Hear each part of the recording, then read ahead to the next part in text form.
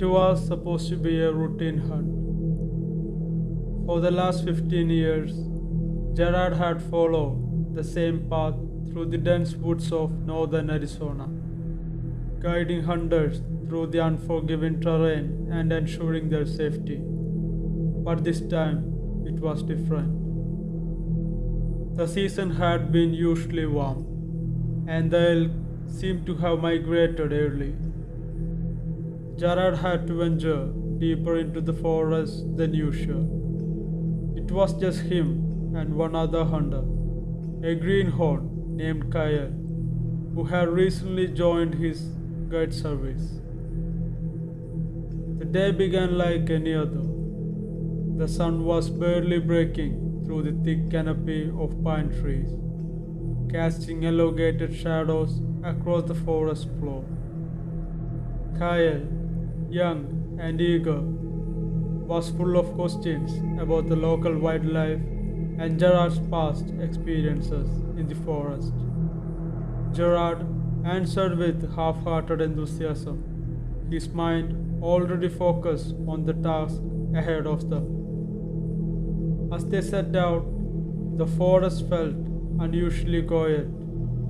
The usual sounds of chirping birds and rustling leaves were absent that time. Gerard dismissed it as just another quirk of the season, but he noticed Kyle shifting nervously, glancing around as though he were being watched. They made their way through the narrow trail that Gerard has used countless times before. Hours passed, and the sun dipped lower in the sky. The air grew more colder, and the woods became more denser. It was then that Gerard spotted something odd, a series of large and deep tracks in the mud before them. They were too large for an elk, too regular to be a bear. Ever seen tracks like this before? Kyle asked, his voice tinged with apprehension. Gerard shook his head. No, and I have been in these woods my whole time. I never seen something like this before. Let's keep moving. They followed the track for hours, growing more concerned as they saw no sign of elk anywhere near them. Only these strange footprints. The forest seemed to close in around them, the trees pressing tighter together as the light waned. Gerard was about to suggest heading back when they stumbled upon a clearing. In the center of the clearing, there was an abandoned cabin, its windows boarded up and the door hanging loosely on its hinges. The sight was unsettling enough. Gerard had heard stories about old cabins in the deep woods, places where people went missing or even worse happened to them. Let's not go in there, Gerard said, trying to mask the unease in his voice. But Kyle was already moving towards the cabin, driven by an insatiable curiosity because of his young age and the lack of experience in the woods. Gerard had no choice but to follow him. As they both approached the cabin, the air grew more colder, and a strange smell, a mix of decay and something foul, permeated the space. Hello guys, if you like this kind of videos and want to hear more, consider subscribing to this channel, and also check out other videos on this channel too. Like them, share them. Now, back to the story. They entered inside the cabin. The cabin was filled with old, rotting furniture and layers of dust beneath them. It looked as though it hadn't been touched in decades. Gerard scanned the room, noticing symbols, that were visible on the walls of the cabin. They approached more closely to investigate what it was. When they got closer, it looked like a dark liquid splattered all around the wall. It looked like blood. A chill ran down his spine. He knew those symbols were not part of any traditional folklore he had heard in the area before. They were more sinister, more malevolent. "Let's get out of here," Gerard urged, grabbing Kale's arm. But Kale, now visibly shaken, had noticed something else. Two figures standing silently outside the cabin, their features obscured by the dark. "Who's there?" Kyle called out, his voice echoing in the stillness. But no response came. The figures remained motionless, their presence eerie and unsettling. Gerard could feel his pulse quickening. He knew something was terribly wrong. He pulled Kyle towards the exit, but as they stepped outside, the figures had vanished. "Maybe it's just a trick of the light," Kyle suggested, trying to sound brave and unnerving. "Maybe," Gerard replied, but his voice was laced with uncertainty.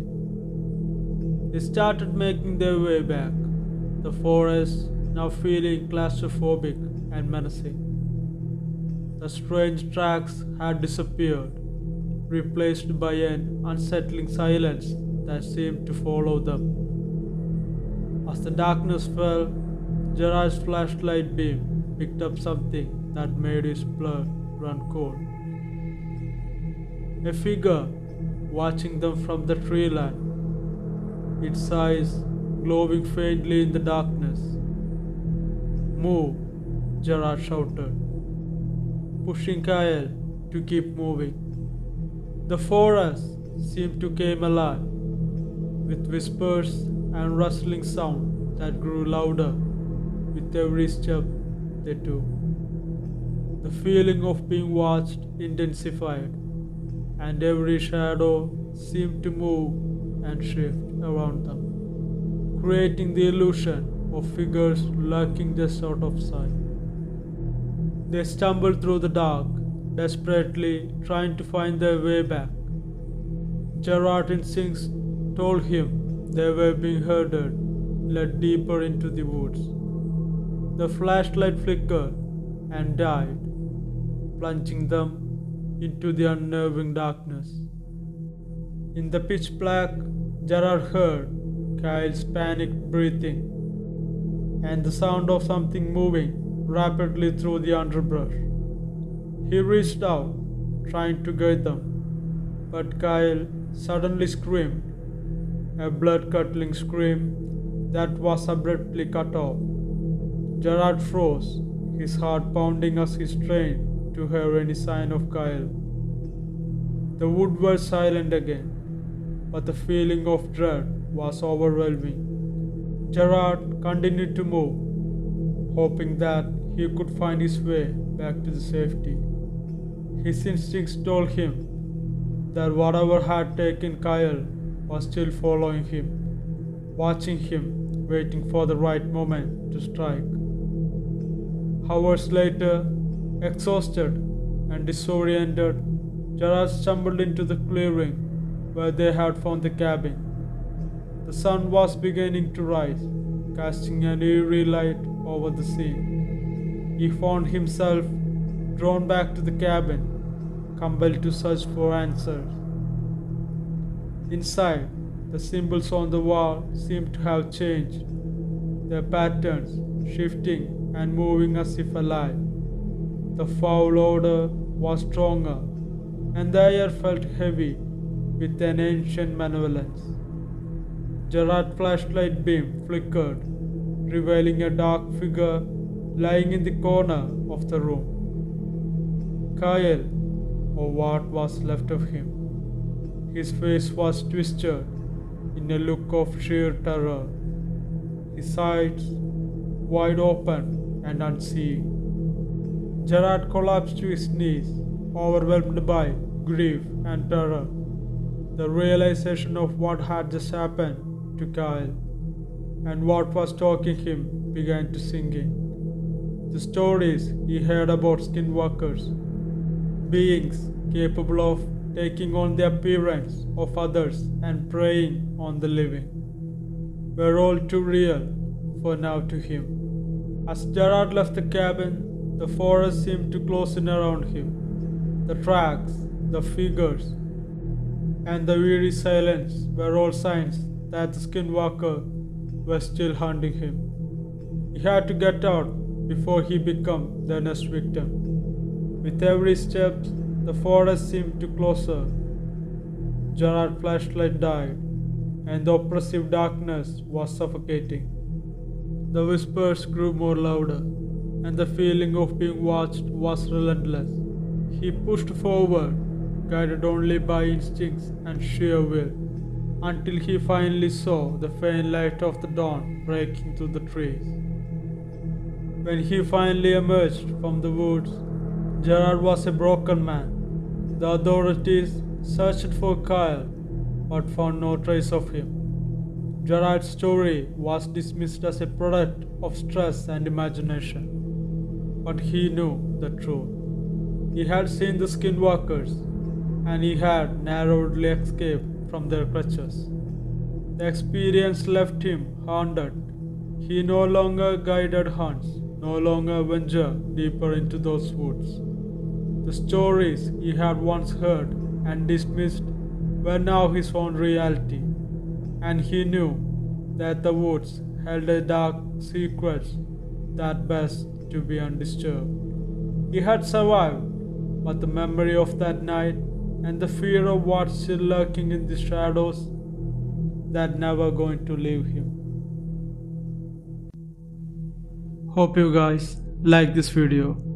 If you did, please consider subscribing to this channel and enable the bell icon so you don't miss new uploads. And also check out other videos in this channel too. Like them and share them. And if you have any suggestions or any improvements I need to make in this channel, please post them in the comment section. Till next time, this is Malayali Wendigo. Bye.